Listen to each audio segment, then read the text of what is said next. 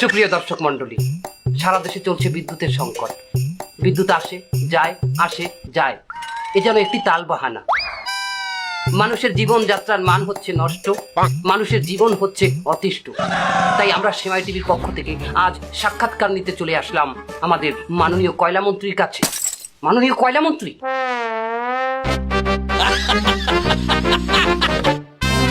যে আমরা আপনার কাছে জানতে চাচ্ছি বিদ্যুতের সংকট কেন কেন কেন বিদ্যুৎ নেই? কয়লা নাই। আপনি একজন কয়লা মন্ত্রী, এ কথাটি বলতে আপনার লজ্জা করলো না? না মানে এটা জনগণ জানতে চায়, আপনার কি লজ্জা করে না?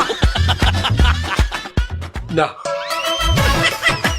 আমরা শুনেছি কিছুদিন আগেই দেশে কয়লা আসছে। আসলে কি দেশে কয়লা আসছে? অবশ্যই আমরা অনেক দিনে আমরা বাহিরের টন আমরা কয়লা আমদানির ব্যবস্থা করছি, এটা রাস্তায় আইছে আছে। কথাটা কি সত্য? জনগণ জানতে চায়, এটা কি মিথ্যে নয়? আপনি বিশ্বাস করেন না? এই নিয়ে আমি আপনার এখনই পিওর মান্ডেটে আছি, দাঁড়ান। আমি ডাইরেক্ট যেখানে টন কয়লা আইতে আছে সেখানে আমি ফোন আপনার সামনে দিব, আমি জনগণের সামনে ফোন দিব। এখনই যেতে আছি, খারাপ। কয়লা মন্ত্রী, আপনি বোধহয় ভুল করছেন। আমার নাম্বার মনে আছে। না, নাম্বার নয়, আপনি টিভি রিমোট চেপেছেন, এটা মোবাইল নয়। ও আমি মাঝে মাঝে এটা কেউ কল করি, যাকে মনে হয় তাহা নাই।